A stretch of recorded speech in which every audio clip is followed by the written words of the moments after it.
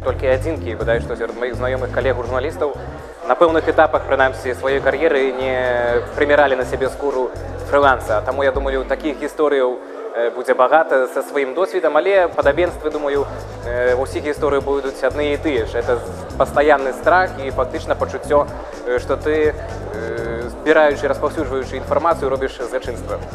Не абмінула так і мяне, скажем так, гэта сцяжына журналісцкай кар'еры ў Беларусі.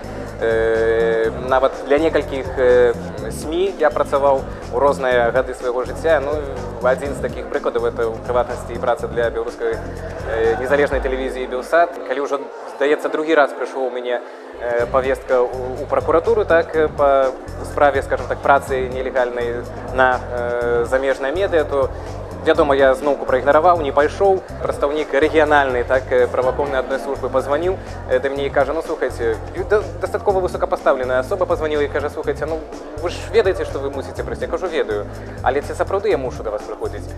Кажа: вы знаеце, не мусіце. Такая сітуацыя невыгодна не толькі для журналістаў, фрылансераў, якія не могуць збіраць і распаўсюджваць інфармацыю, як это робіцца ва ўсім свеце, але і таксама для сваіх праваахоўных органаў, якія хацелі б займацца пошукам сапраўдных злачынстваў, прыватнасці пры дапамозе журналістаў, а не ганяць людзей па гэтых справах. Розніца перадусім у фармальным баку, але калі казаць пра, скажем так, сапраўднае пачуццё журналісцкай працы, калі ты працуеш у Беларусі, вельмі цяжка быць, скажем так, не фрылансерам, то гэта драйв, гэта пачуццё таго, што ты робіш слушную справу, нягледзячы на наступствы.